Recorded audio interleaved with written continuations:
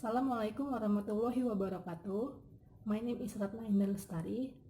I will explain our presentation about Chapter 5, National Language and Language Planning.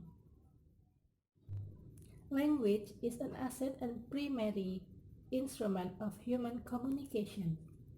It gives a sense to identify to an individual as well as a social group.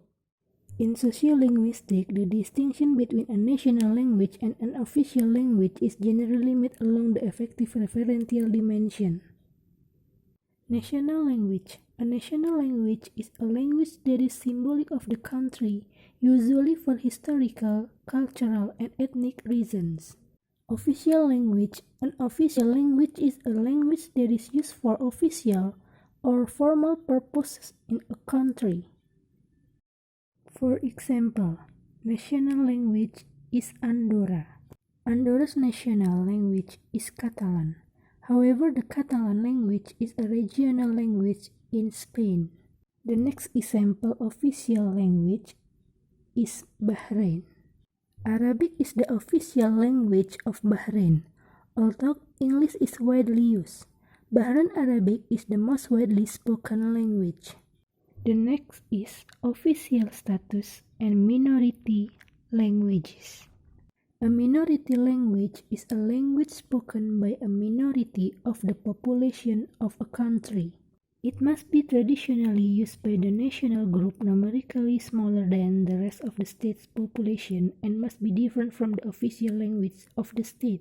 Example official status and minority languages: Malay in Malaysia, Swahili in Tanzania, and Gilbertus in Kiribati. Next material. What prize a national languages?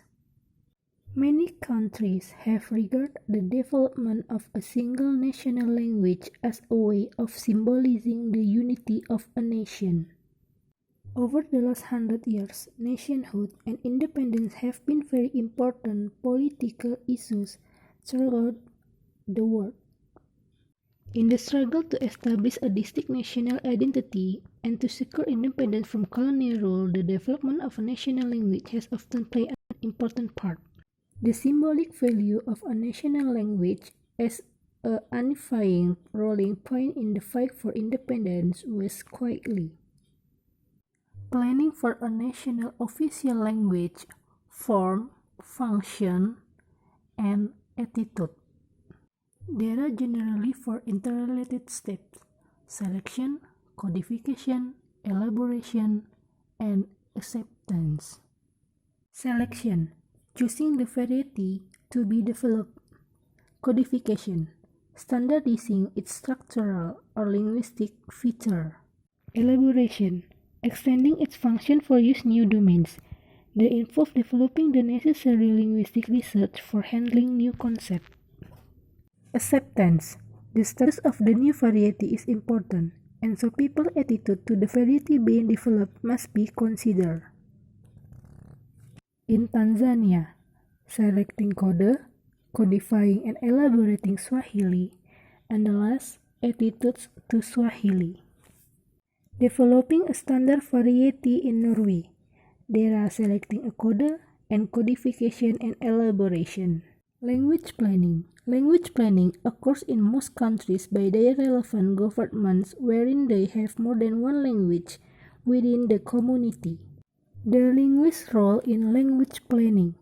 There are developing vocabulary, acceptance, and education planning. The first is developing vocabulary. Missionaries were often good linguists who produced a spelling system which closely reflects the pronunciation of the language. The second, acceptance. It applies as much to an individual word as to a new code selected to serve as a standard official language. Okay, I think enough. Thank you for your nice attention and thank you for your watching my video. Assalamualaikum warahmatullahi wabarakatuh.